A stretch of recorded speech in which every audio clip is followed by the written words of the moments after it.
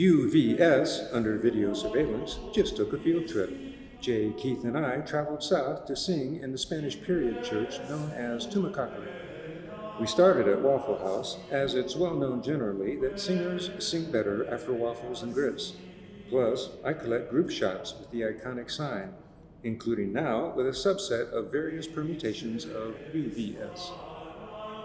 Tumacacori is about 60 miles south of Tucson on I-19. Actually, about 100 kilometers south, because I-19 is signed in metric. We passed by San Javier, also a Spanish period church that is highly recommendable to visit if you've not seen it. It's beautiful inside and out, and it has been the site of choral concerts. But San Javier is still an active church, located on Tohono O'odham tribal land, so not likely for us to sing there. We paused briefly at Green Valley to admire the Santa Rita Mountains, a sky island, and home of an experimental range of mesquite grassland, as well as the famous Madera Canyon, another must-see site if you've not ever been. Southern Arizona Foresters did their 2023 field trip to Madera Canyon. Check out their video postcard linked in the description box below. We turned off at Tubac, the site of a Spanish period presidio, or military fort. The Spanish period of southern Arizona began with the arrival of Father Eusebio Francisco Quino, a Jesuit priest, who entered this area by horse in 1687. The Tubac Presidio came decades later, well after Quino had passed away in 1711. The Presidio is featured in a state park, the oldest unit of the Arizona State Park system, according to this postcard. We were laser-focused on Tumacacori, a mission founded by Quino, as was Mission San Javier, back closer to Tucson. Tumacacori is a unit of the National Park Service, but it's not a national park like Grand Canyon or Saguaro. Rather, it's a national historical park. A saving grace for not being a granddaddy big park is that visitation is greatly reduced, so easy to get there and to enter the park. A principal feature of Tumacacori is its church. Roughly contemporaneous with, and about the same size as, the San Javier Church, Tumacacori ceased being used as a church by the mid-1800s.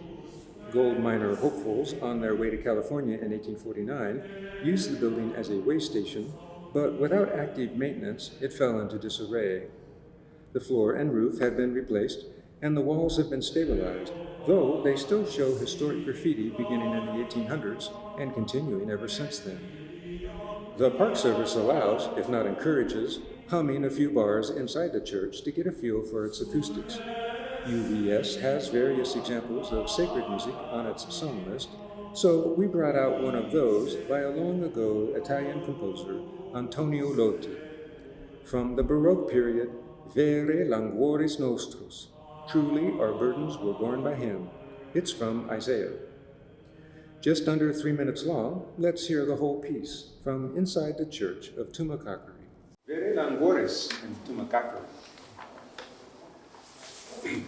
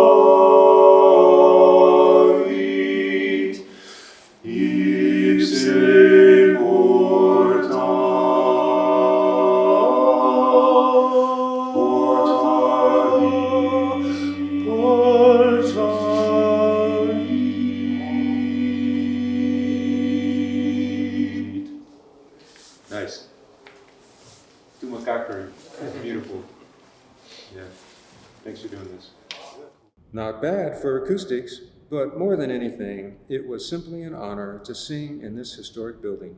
Thanks to the National Park Service for allowing this activity.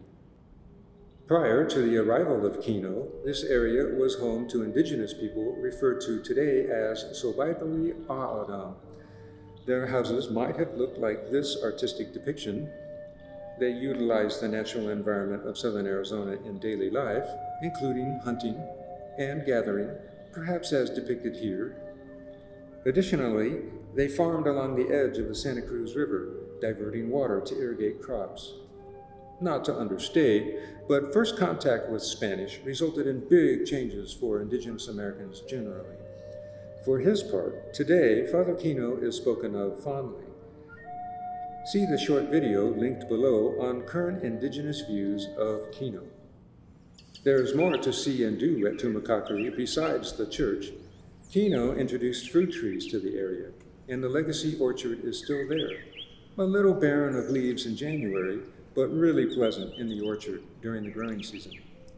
The Santa Cruz River has a little bit of surface water at Tumacacori, and the riparian bosque there is super important ecologically for, among other things, migratory songbirds needing food and roost sites on their way through. The Visitor Center interprets the entire history of Tumacacori, including artistic depictions of past periods, and the gift shop is stocked with all the usual things. Good trip, UVS. We hope to be back to Tumacacori to give a longer concert of sacred songs with family and friends in attendance. Stay tuned.